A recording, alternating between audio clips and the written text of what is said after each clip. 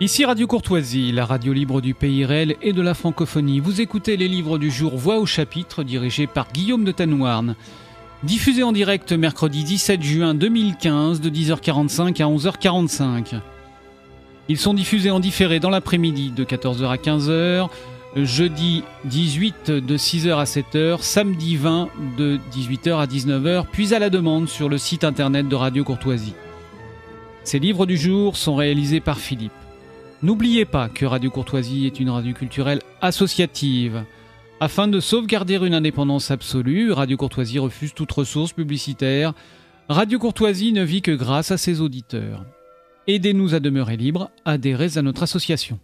Pour cette année, la cotisation minimum est de 40 €. Envoyez votre chèque à Radio Courtoisie, 61 boulevard Murat, 75 016 Paris. Vous pouvez intervenir au cours de cette émission par téléphone au 01 46 51 00 85, par télécopieur au 01 46 51 21 82 ou par courrier électronique à courtoisie@radiocourtoisie.fr.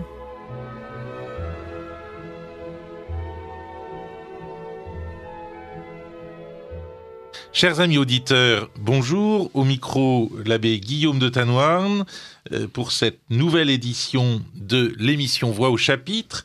Et en cette période qu'on peut dire déjà estivale, je voudrais faire un peu travailler vos neurones. Oui, après tout, c'est peut-être l'été qui est le meilleur moment pour essayer de réfléchir un peu, de prendre de la distance.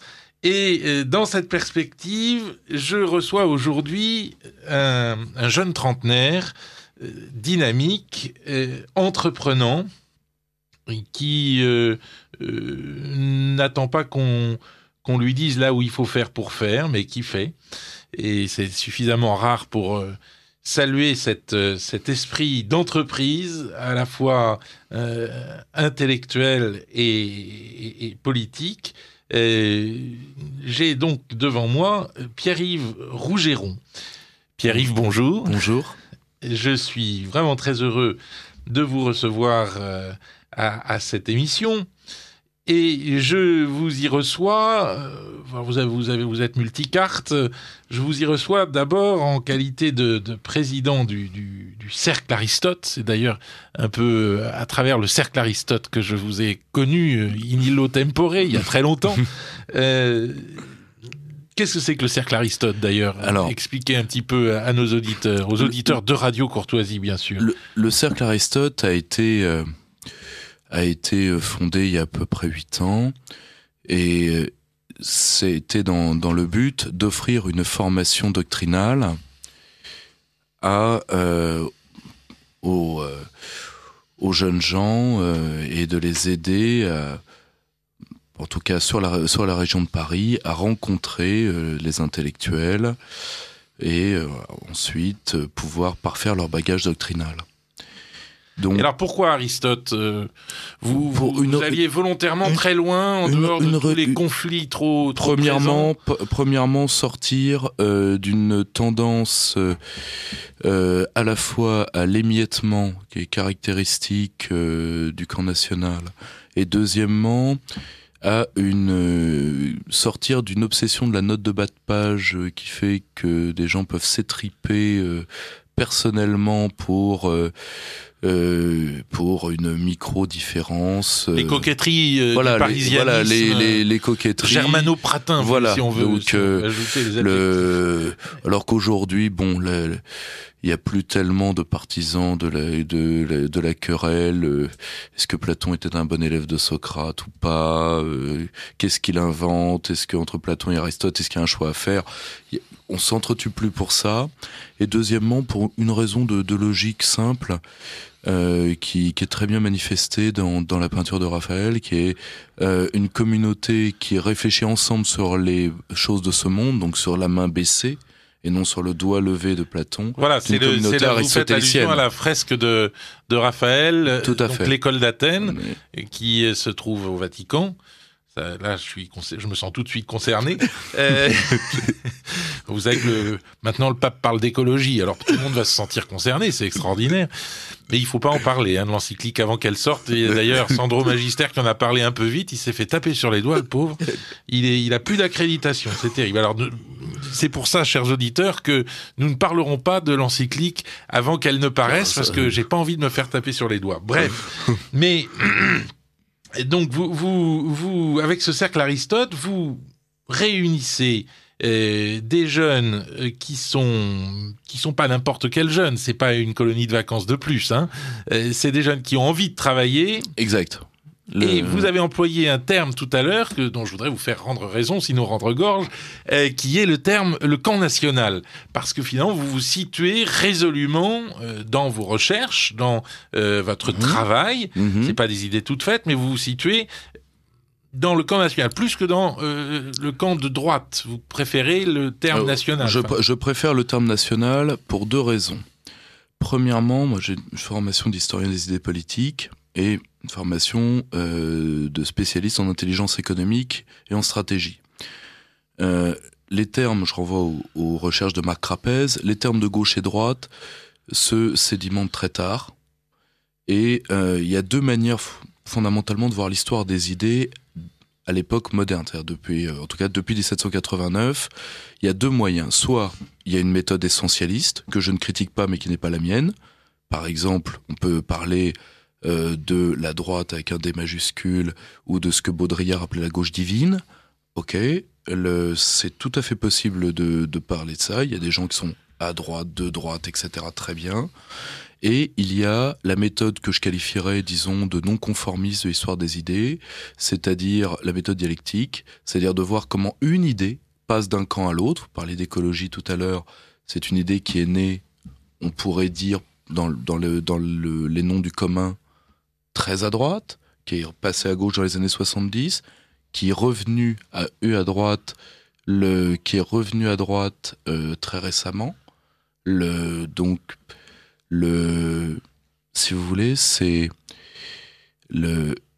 moi je préfère cette méthode-là, et je préfère d'autant plus cette méthode-là que mon pays aujourd'hui n'est plus souverain, donc il est dans un état disons de suspension de la légitimité. Donc quand un pays n'est plus souverain, on a l'obligeance de ne pas s'engueuler. Pardonnez-moi le terme, on se disputera plus tard. Sa souveraineté. On se disputera plus tard. Oui, ça me paraît très important. Mais alors, est-ce que l'idée de nation, je vous pousse un peu dans vos retranchements, est-ce que l'idée de nation n'est pas elle-même une idée un petit peu transcourant? Elle est née finalement à gauche, l'idée de nation. Enfin, vive la nation, c'est un slogan révolutionnaire. Tout à fait, mais il y a des références à la nation dans les dernières ordonnances de Louis XV. Ce qu'on oublie, effectivement. Ce qu'on oublie. Je renvoie à le très bel ouvrage La pensée française de Charles Saint-Preux. Voilà, Donc Louis XV employait déjà le terme la nation. Et quand son petit-fils Louis XVI demande la permission à la nation de ceci ou de cela, finalement, il n'est pas entièrement en rupture avec son grand-père. Il y a une vision de la nation qui est strictement révolutionnaire.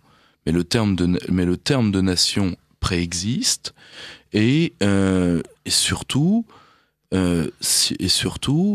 je pense que le fait national, on peut dire que la vision, disons, de la Révolution est une nation beaucoup plus, c'est une nation beaucoup plus unifiée, parce que l'emploi sous la monarchie et dans les dernières des années de la monarchie, du terme de nation n'exclut pas ce que le roi de France appelait mes peuples.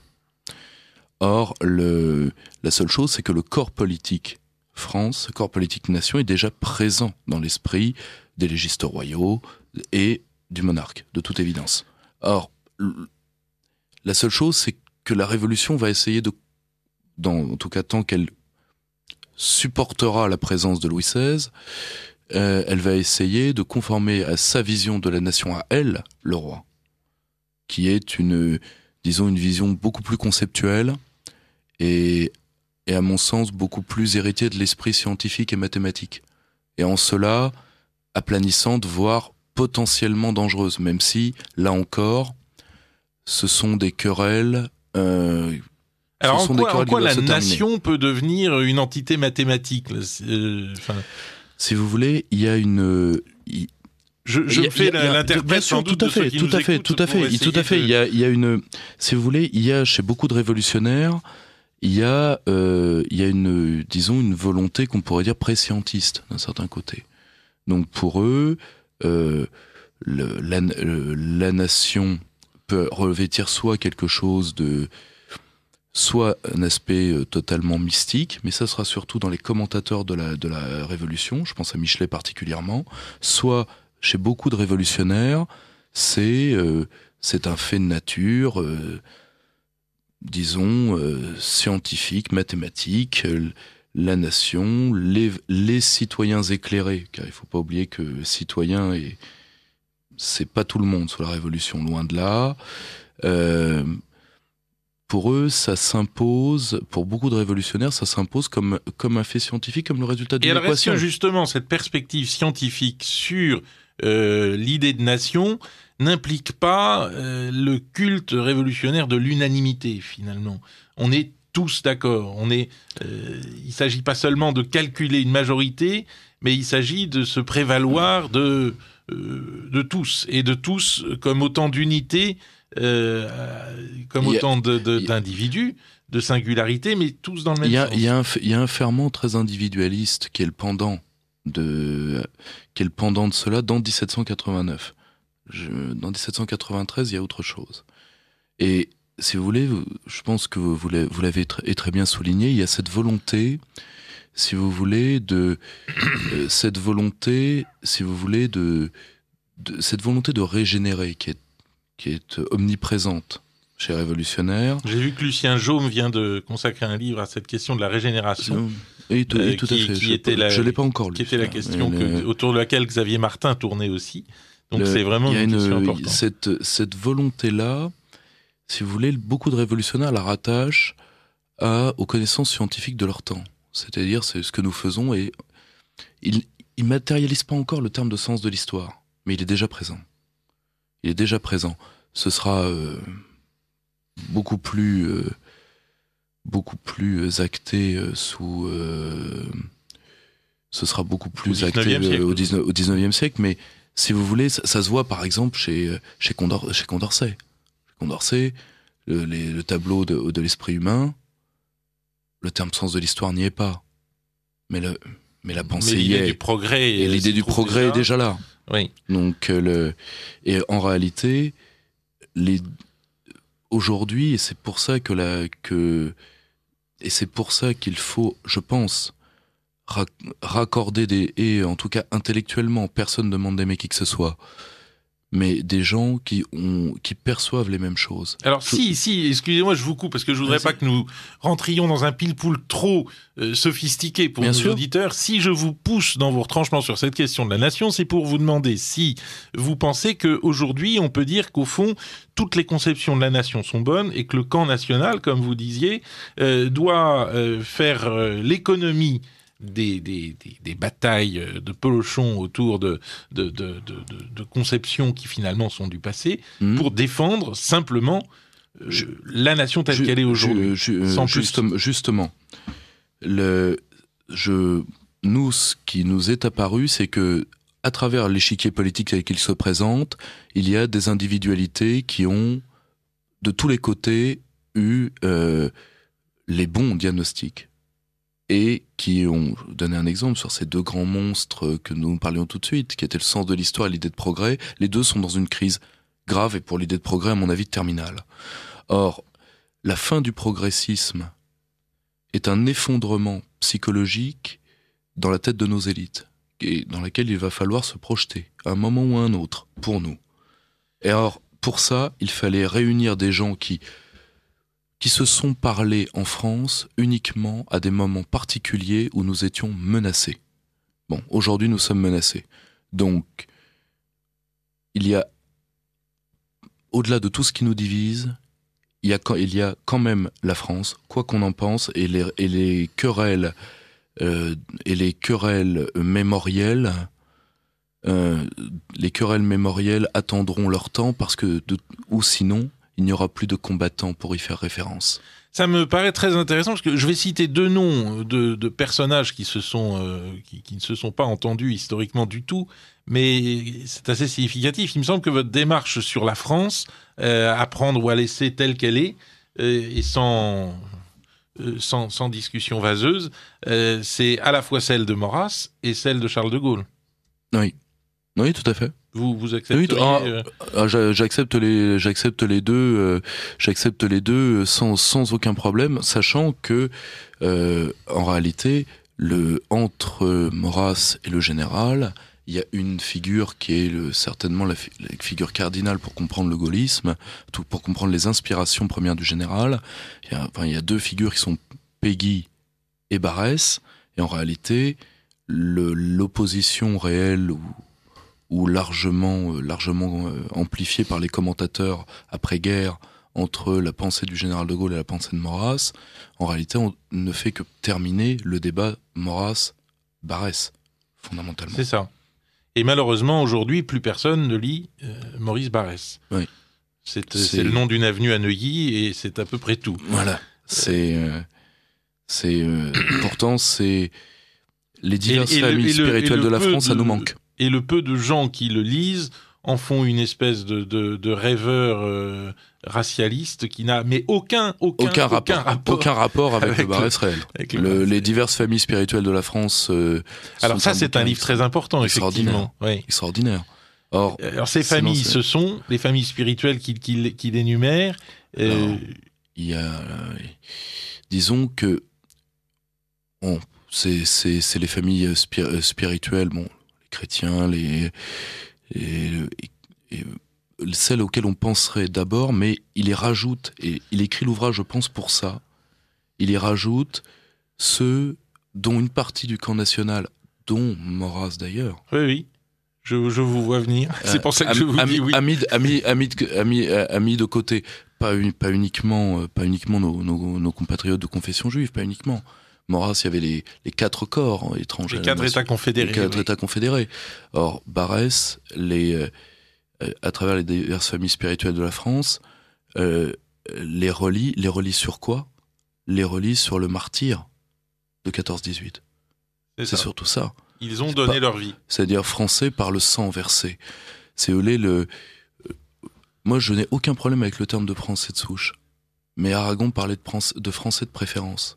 D'un certain côté, je trouve que ça sonne peut-être un peu mieux. Mais moi, j'ai aucun problème à être un français de souche. La seule chose, c'est là où j'ai une affection pour Barrès. C'est que Barrès se bat toujours pour la souveraineté, comme disait Baudrillard, pour la souveraineté, pour la gloire, parce que se battre pour l'identité est première, est importante. Mais quand on ne se bat que pour l'identité, ça doit aller de soi. Quand on est contraint de se battre pour elle, c'est que ça va plus du tout.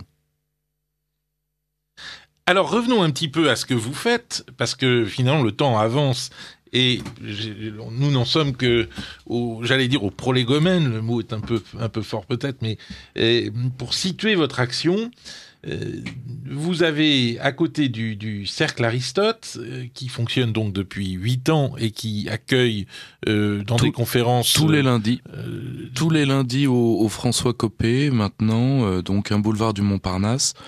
La semaine prochaine, nous recevrons le recteur Charles Orbib sur la pensée d'Henry Kissinger.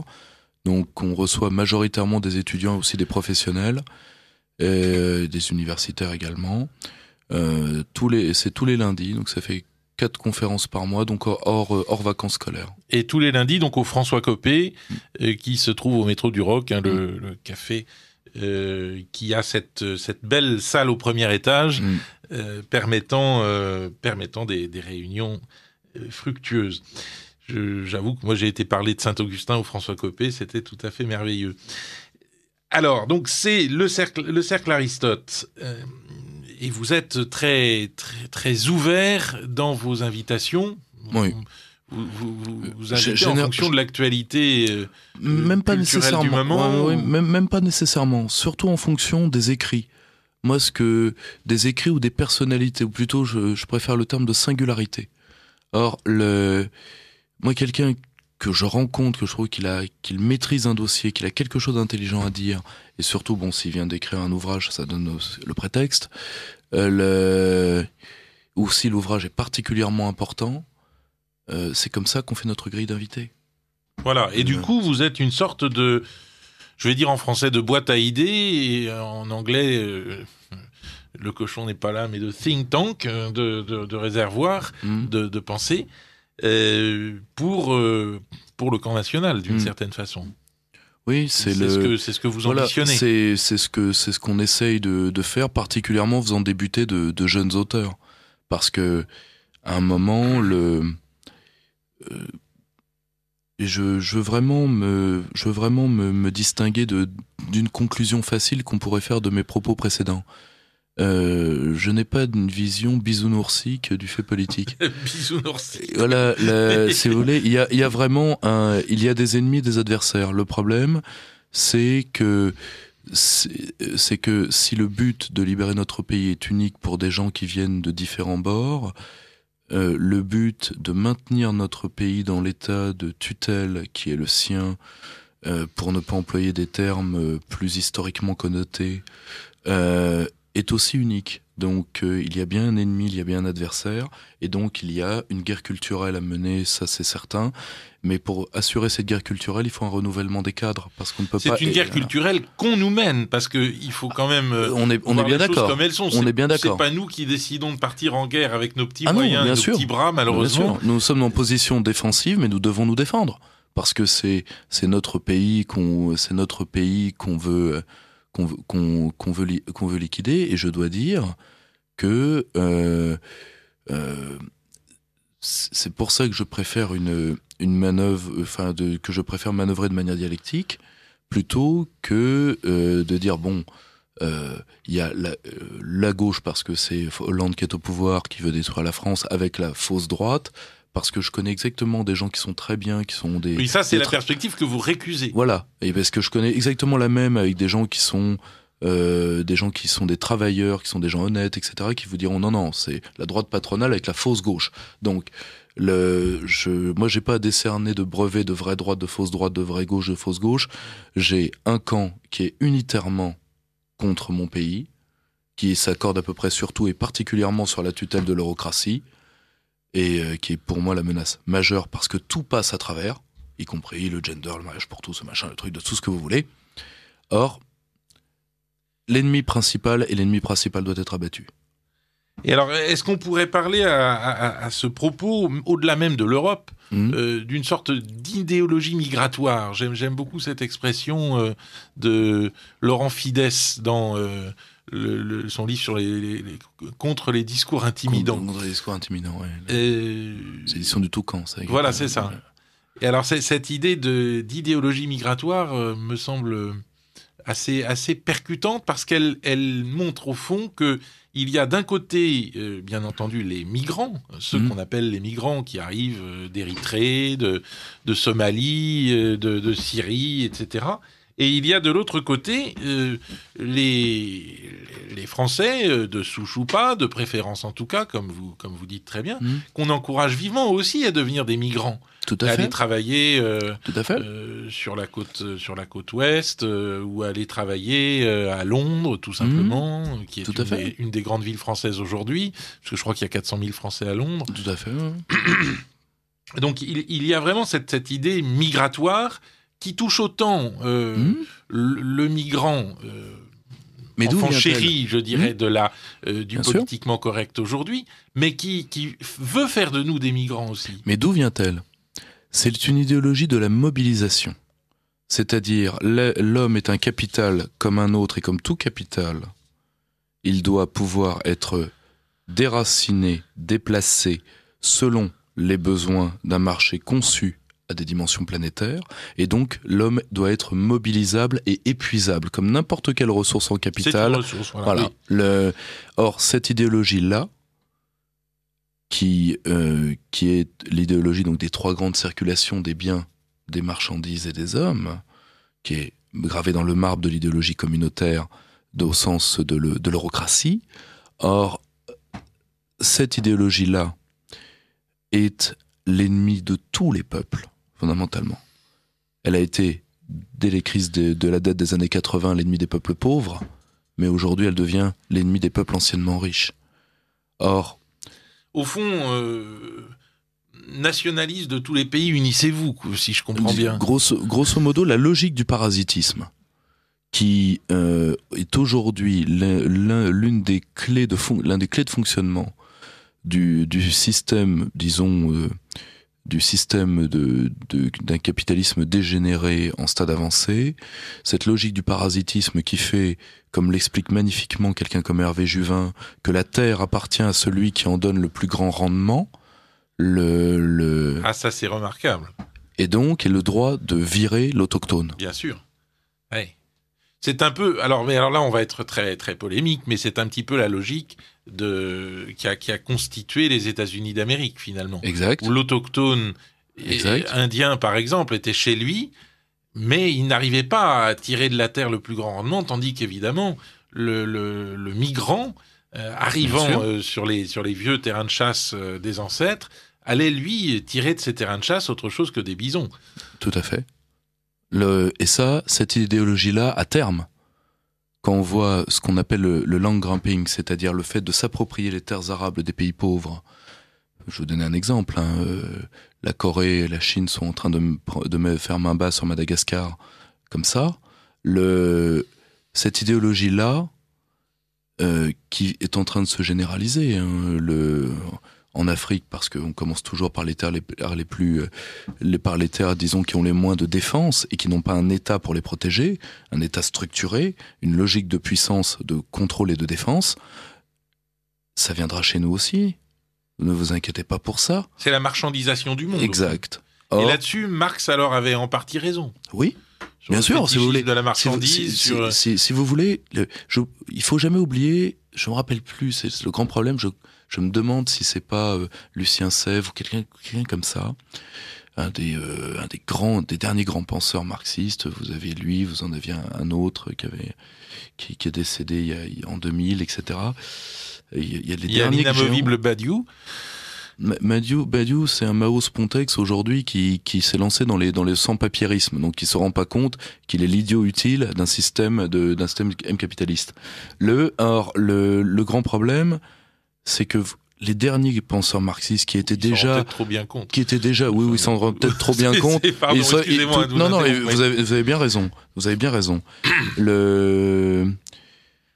Si vous voulez, les derniers penseurs marxistes, on peut, maintenant que l'URSS est tombée, que cette menace-là ne pèse plus sur nous, il l'avait dit, on va enfin pouvoir relire Marx et voir la part de l'échec total.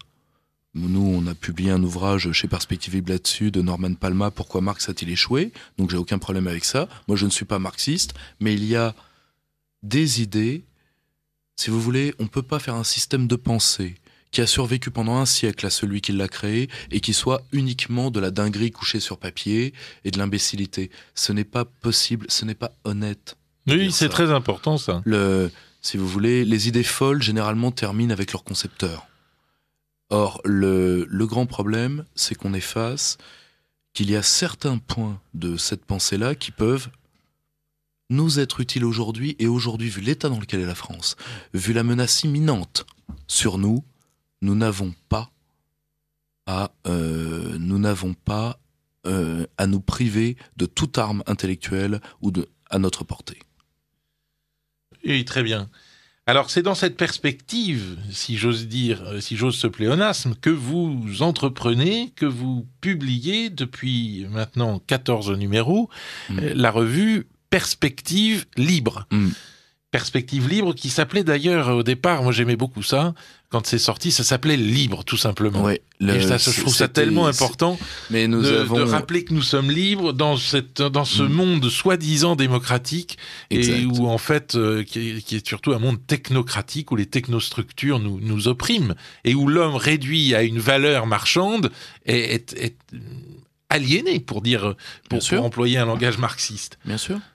Un langage marxiste juste, je précise pour les auditeurs. Je crois qu'il est juste de dire que si l'homme est réduit à sa force de travail, si l'homme est réduit à sa capacité à transformer rentablement le monde dans lequel il habite, eh bien, il n'est plus l'homme. Oui. Parce que toutes les valeurs d'enracinement, toutes les valeurs qui ont fait la finesse, qui ont fait la beauté, qui ont fait le bonheur aussi.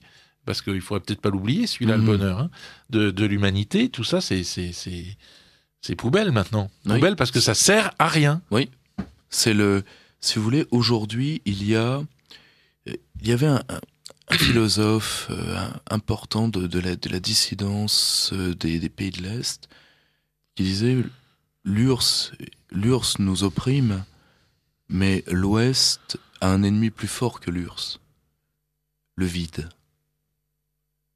Le vide qui emplira tout. Le vide qui emplira tout. Or, aujourd'hui, nous sommes face aux enfants du vide et du nihilisme. Si vous voulez, quand aujourd'hui vous êtes à espérer, parce que vous ne supportez plus les questions que l'humain tel qu'il est et tel que vous lui en voulez d'être vous pose à titre de gouvernant, et que vous en êtes à fantasmer l'humanité augmentée, transhumanisme, GPA, machin, tout ce que vous voulez, qui n'est rien de plus que le visage de la marchandisation et de la brevetabilité du vivant. Quand vous en êtes à détester l'homme à ce point, parce qu'en réalité vous n'avez plus rien à dire, vous n'avez plus de réponse à l'homme tel qu'il est, et comme disait Bertolt Brecht, si on n'a plus de réponse pour le peuple tel qu'il est, on va en changer, tout simplement. Changer de peuple. Voilà. Pas changer de réponse. Voilà. Oui, c'est ça. Alors, donc, vous avez entrepris dans le dernier numéro de cette revue, qui est magnifique, je l'ai évidemment entre les mains, on ne peut pas la montrer aux auditeurs, mais qui est une revue qui fait 320 pages, et qui est très bien éditée. Vous avez entrepris de nous parler d'un sujet qui peut un peu paraître surprenant à ceux qui n'auraient pas écouté notre émission. Mais ceux qui ont écouté, je pense, vont comprendre très bien où vous allez. Vous parlez du retour de l'État. Il y a un peu une provocation à parler du retour de l'État, parce que l'État est partout. Enfin, l'État nous emmerde, l'État nous ponctionne, l'État nous prend 50 ou 60% des ressources produites par l'homme. Alors, le retour de l'État, ça veut dire quoi ? Ça veut dire 70%, 80%, on va aller jusqu'où comme ça ? Si vous voulez, le grand problème, c'est que l'État aujourd'hui est réduit... si vous voulez, l'État aujourd'hui est réduit par le culte des droits de l'homme, de la victime, etc., est réduit à une espèce de gigantesque guichet. Le problème, c'est que l'État, ça a aussi une logique. Une logique contrôlée, contrée. Une logique de contrôle du territoire. Un territoire, c'est pas un espace. La France est en train de devenir un espace. Un espace, c'est un terrain vague. Là, vous rejoignez Michel Houellebecq, la carte et le territoire. Un territoire, c'est un espace... défend le territoire. Voilà, un territoire, c'est un espace, mais qui est organisé par la main des hommes. Aujourd'hui, la France, parce qu'elle est au sens... Si vous voulez, parce qu'il y a un abandon de la logique étatique. C'est-à-dire que l'État devient un opérateur de marché au sens où l'État est là pour ponctionner ceux qui travaillent, pour aider à maintenir à flot ceux dont le marché ne veut pas, pour différentes raisons. Et le grand problème, c'est qu'on ne se rend pas compte qu'en réalité, c'est ce qui fait marcher le système. Parce que plus il y a de gens hors marché, hors travail, etc., plus ils exercent une pression, pas uniquement fiscale, mais une pression à la baisse de salaire. Quand il y a beaucoup de chômage, qui négocie le prix du travail ? Est-ce qu'il y a négociation ? Non. On impose le prix du travail du haut vers le bas. Et d'ailleurs... Et donc l'État, là-dedans... L'État perd son rôle et est détruit par une logique à la fois managériale une logique, disons, de droit de l'homisme intégral et de droit de la victime intégral, mais aussi détruit par l'eurocratie. Pourquoi ? Ce qu'on oublie de dire aux gens, c'est que l'Union européenne, par exemple, calcule le taux de chômage optimal, le NERU. C'est-à-dire combien il faut de chômeurs pour qu'il n'y ait pas d'inflation et pour qu'on ne touche pas aux rentes. C'est horrible, hein, et bien pourtant c'est vrai. Or, le chômage fait partie du plan pour vous. Le chômage fait Vous êtes en train de nous dire benoîtement. Le chômage. Vous êtes assis, chers auditeurs. Le chômage fait partie du plan. Peut-être que comme moi, vous tombez de votre chaise. Pourquoi si vous voulez, alors pourquoi créer des indicateurs de performance dans lesquels il y a un taux de chômage optimal alors ? Un taux de chômage optimal, pas pour la beauté du marché de l'emploi, pour le bien-être de la population. Un taux de chômage optimal pour maintenir le taux d'inflation bas. Or, le taux d'inflation, c'est un choix, c'est le choix de la rente sur les revenus du travail.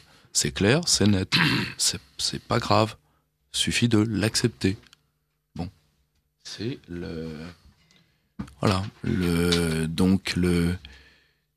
Voilà. Alors, vous savez que dans cette émission, Voix au chapitre, je me fais un honneur de lire toutes les questions d'auditeurs. Il y a une question en souffrance depuis un certain temps, mais que je vais lire. Elle est un petit peu personnelle. Comment peut-on se rendre à la fois aux réunions du Cercle Aristote, donc le lundi, je le rappelle, au François Copé, et aux réunions du Centre Saint-Paul qui ont lieu le même jour et à la même heure. Eh bien, je me pose la même. Cher ami auditeur, je crois que ni Pierre-Yves Rougeron ni moi ne sommes des gourous, et c'est donc en fonction de l'intérêt de la réunion, pour l'instant en tout cas, que vous choisissez de vous rendre d'un côté ou de l'autre de la scène, selon ce que le Cercle Aristote ou le Centre Saint-Paul vous propose, et selon ce que vous jugerez en tant qu'auditeur de Radio Courtoisie adulte et vacciné le plus profitable, voilà. Hein, voilà. Mais merci de votre question en tout cas et de l'intérêt qu'elle sous-tend. Et une autre question d'auditeur, on n'a pas beaucoup d'auditrices ce matin. Vous défendez le marxisme, là ça vous est, Pierre-Yves Rougeron, ça vous est directement adressé. Pas du tout. Vous défendez... Non, mais attendez, vous défendez... Ce n'est pas une question agressive. Il n'y a rien d'agressif. Vous défendez le marxisme, ce qui n'est pas tout à fait faux, mais que faites-vous de l'idée de base du marxisme, qui est la lutte des classes ? Alors, c'est une question... Alors, la lutte des classes, Marx l'apprend à qui ? Parce qu'il n'en est pas du tout le créateur. Il l'apprend à Guizot, grand théoricien libéral français. Ah non, je ne savais pas ça. C'est lui le père de la théorie de la lutte des classes. Or, pourquoi ? Parce que il y a, en effet, il faut le reconnaître, des groupes sociaux qui peuvent s'affronter. Le grand souci, si vous voulez, c'est que... Pourquoi ? C'est une théorie qui est née en son temps. Au temps où on a déraciné des masses paysannes pour les mettre, entre autres, dans les mines.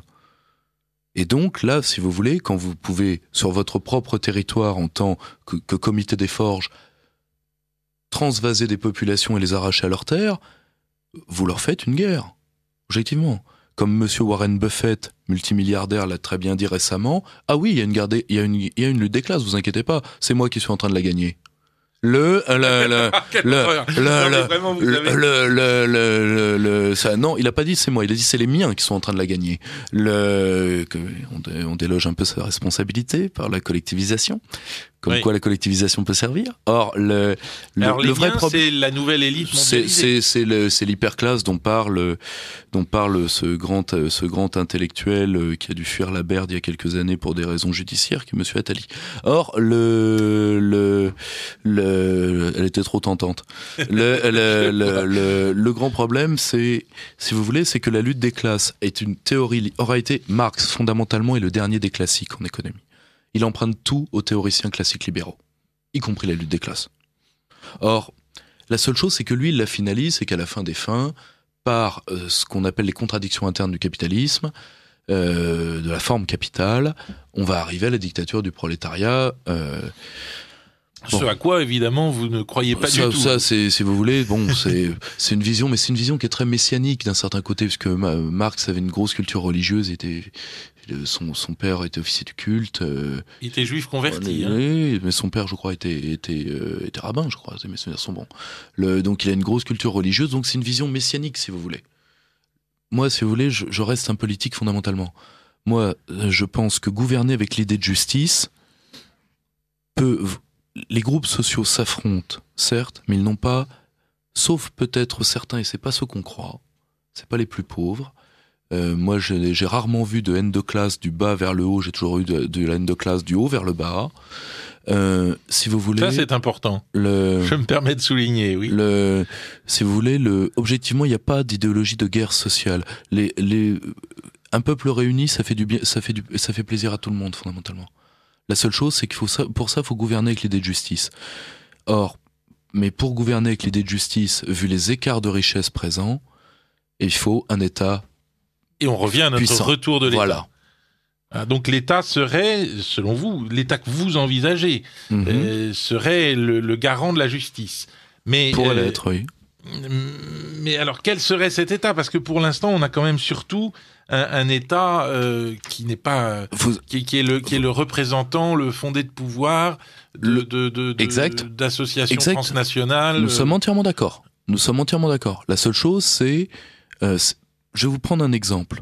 Beaucoup de gens ont eu peur de la loi dite renseignement du Premier ministre Valls. En réalité, ils en ont peur pas parce que c'est une loi qui donne à des services de l'État plus de pouvoir. C'est pas ça qui fait peur aux gens. Ce qui fait peur aux gens, c'est que ce soit dans la main de Manuel Valls et donc dans la main de quelqu'un dont on doute des capacités, voire même pour certains de la stabilité. Or, le problème, c'est qu'il ne faut pas tirer, par exemple, de la raréfaction des libertés publiques en France, un anti-étatisme. C'est pas la structure État qui est le problème. C'est les hommes qu'on y a mis à la tête. Or, aujourd'hui... Ça, je suis tout à fait d'accord avec vous. Voilà. Et de la même façon qu'il n'y a pas de crise des institutions, il y a une crise des hommes qui sont censés incarner ces institutions. Parce qu'on peut tout demander aux institutions, sauf de normaliser le cœur des hommes. Regardez, nous avons la Constitution de la Ve République, qui est la Constitution la plus stable que le régime républicain, c'est d'ailleurs la plus monarchique, entre parenthèses, que le régime républicain ait pu avoir. Elle a garanti un maximum de liberté publique et une stabilité, une puissance de l'État. Bon, aujourd'hui, elle a été défigurée par diverses réformes, mais elle a surtout été défigurée par les hommes qui se sont glissés dans le costume. Or ça, les institutions peuvent tout faire, elles peuvent pas créer des hommes droits le Kalachnikov dans le dos. Ça, c'est pas possible. Et on peut pas demander ça à une institution. Or, aujourd'hui, nous sommes dans vous avez tout à fait raison, il y a une crise des hommes, et il y a une haine de l'institution par des hommes petits, qui veulent abaisser l'institution à ce qu'ils sont. Et ça ne vaut pas que pour l'État, ça vaut même pour le marché. Aujourd'hui, il n'y a plus de marché institutionnalisé. Il y a une loi de jungle. Un marché, théoriquement, ça aussi, c'est créé dans la main des hommes. Donc il y a des règles. Il y a de moins en moins de règles. Bon, étonnant. Or, le grand problème, c'est qu'on est dans la volonté, par une élite politique en cours de pourrissement, et ça, c'est l'ensemble de l'Occident qui est touché, de détruire les institutions qui leur résistent, et donc de détruire les États. Parce que c'est pour ça, par exemple, que nos présidents vont pleurer sur le cancer, etc. Ils sont des sujets extraordinairement graves. Le problème n'est pas là, mais c'est pas à l'État, c'est pas à la puissance souveraine de s'occuper de ça. C'est ça. Ils préfèrent ça parce que ça démontre pas de souveraineté. Or, ce sont de petits hommes, et que la souveraineté est quelque chose qui vous tient au corps. De mémoire, quand Jacques Chirac a gagné par 80% des voix, vous vous souvenez, en avril 2002, eh bien, il a fait un discours, je crois, d'intronisation, on peut appeler ça comme ça, où il rappelait l'importance du code de la route. Oui, tout à fait. Il avait lancé mais il avait lancé ces trois grands 80% plans. Des gens pour ça, pour le code de la route, pour les morts sur la route. Il avait fait ces trois grands plans pour l'ère Chirac et que Sarkozy reprendra, code de la route, Alzheimer et cancer. Ok. Le problème, c'est que... Du coup, il expérimente le deuxième, là, pour l'instant. Pour l'instant, oui, a priori, il expérimente le deuxième. Non, mais c'est vrai. Or, aujourd'hui, on veut museler les États et les puissances souveraines. Pourquoi ? Parce que, en dehors des puissances souveraines, vous avez des puissances, groupes transnationaux, mafieux, groupes transnationaux, autres, sociétés de pensée. Je pense en ce moment M. Juppé qui est allé en Suisse voir le sympathique groupe Bilderberg, on se demande bien pourquoi. Mais ces gens-là s'estiment que comme les États ne bougent pas, ils ont une importance. Alors que fondamentalement, le vrai pouvoir, le pouvoir, c'est le pouvoir des puissances souveraines. Quand ils se manifestent, regardez sur des les États émergents. et pas sur des idées. Voilà, sur des territoires, sur des réalités. Le problème, c'est que l'élite occidentale est basculée complètement dans le constructivisme. Certains diraient le nominalisme, mais je suis pas assez versé dans ces choses. Dans le constructivisme, c'est-à-dire qu'ils veulent créer de la réalité par du discours. Et pour ça, ils préfèrent détruire des réalités réelles, mais dont ils savent qu'ils n'ont pas les moyens de gérer parce que c'est des petits mecs fondamentalement. Donc on préfère détruire l'État, ne pas avoir de politique de puissance. La France c'est tout petit, vous savez, c'est un terrien sur je sais pas combien, disait le regretté Giscard. Ah non, il est toujours là. Oui. Chaque fois que je me le rappelle, le Christopher Lee nous a quittés, Giscard est toujours là. Je sais pas lequel des deux me fait le plus de peine. Mais voilà, le grand problème, c'est, si vous voulez, on veut empêcher. On ne veut plus prendre la souveraineté à bras-le-corps. Et ça, c'est une crise. Vous avez tout à fait raison, des hommes, et une crise terrible de notre élite. Et de notre corps social, car c'est nous qui les avons sécrétés, ces gens-là. Ça c'est vrai. Alors, est-ce que je vais vous poser une nouvelle question, parce que vous parlez de souveraineté.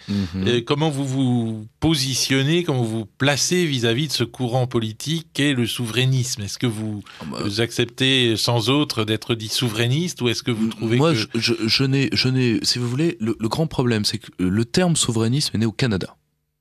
Il est né au Canada pour ceux qui veulent la souveraineté du Québec. Or, objectivement, par rapport à l'état de destruction que l'Union européenne fait régner sur mon pays, je préfère encore être dit indépendantiste aujourd'hui.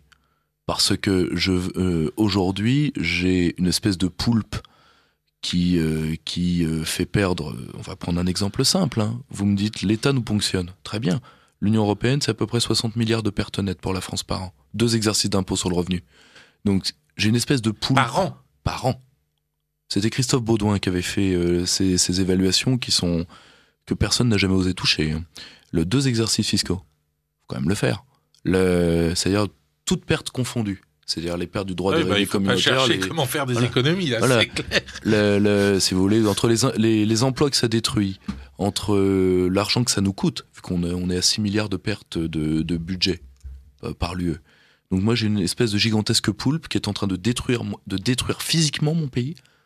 C'est-à-dire de nous interdire toute politique d'aménagement du territoire qui est en train de détruire notre diplomatie, de nous retourner contre nos alliés traditionnels, c'est ce qui est en train de se passer en Ukraine, qui met en danger mes ressortissants et qui détruit la politique de puissance de mon pays en facilitant la prise de contrôle par des intérêts étrangers. CF Péchinet, CF Alstom bientôt, les entreprises etc. françaises qui meurent en ce moment, c'est quand même quelque chose de fou. Enfin, extraordinaire. Il n'en est jamais autant morte que sous notre président Hollande. Enfin, justement, on apprend ça tous les 6 mois, il y en a une qui dégage. Tout à fait, mais il est président comment? Et ce sont des vieilles entreprises qui ont construit le tissu français. Enfin, bien sûr. Vous parliez de Péchinet, on parle d'Alstom, ce sont des entreprises qui existent depuis un siècle. Bien sûr. Le problème, c'est que on va pas les recréer comme ça. Mais le souci, c'est que l'élite française, je vais vous donner un exemple, quand on connaît bien le dossier Alstom, vous avez Flamby qui est dedans, enfin surtout plus que Hollande, Macron. Mais derrière Macron, il y a Clara Guémard qui assure la liquidation d'Alstom. Il y a Monsieur Foulx comme communicant de la liquidation d'Alstom qui est un des amis de Monsieur Valls. Il y a une partie de l'UMP qui applaudit des deux mains. Donc quand je vous parle de décrépitude de l'élite française, c'est malheureusement Hollande est catastrophique en sa personne. Le problème, c'est que sa fonction est tellement détruite que même quelqu'un de valable aurait du mal, vu l'absence de souveraineté, à redresser le pays depuis le poste de président de la République.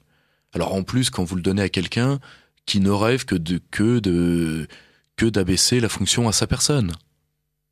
Le temps avance et moi je vous écouterai. Enfin, je suis vraiment passionné par ce que vous nous dites, qui montre des idées que je pense beaucoup d'auditeurs connaissent, mais un regard nouveau pour les poser et une analyse des réalités qui est beaucoup plus large que ce que l'on entend d'habitude. Et donc je vous en remercie, Pierre-Yves Rougeron.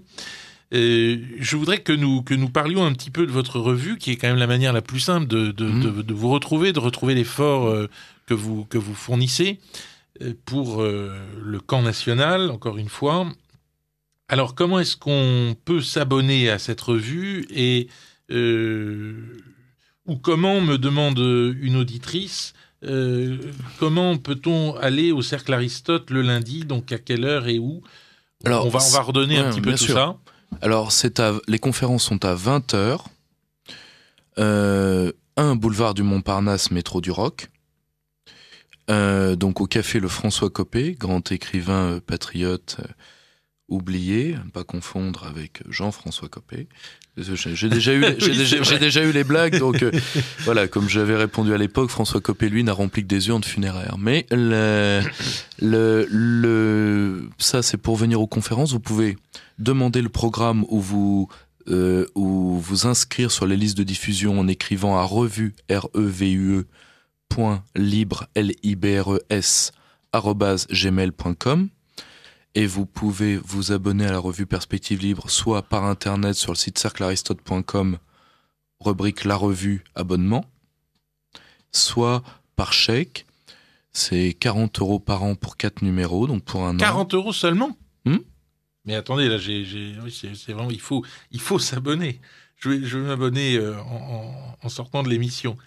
Parce que là, c'est une revue double, mais enfin, on a de quoi manger. Ouais, on fait des numéros un peu épais, oui, c'est vrai. Mais bon, là, c'est un numéro double, c'est un peu moins. Enfin, il est un tout petit peu plus cher que les autres dans le commerce, mais les abonnements sont à 40 €, en tout cas pour la France métropolitaine. 80 € sinon.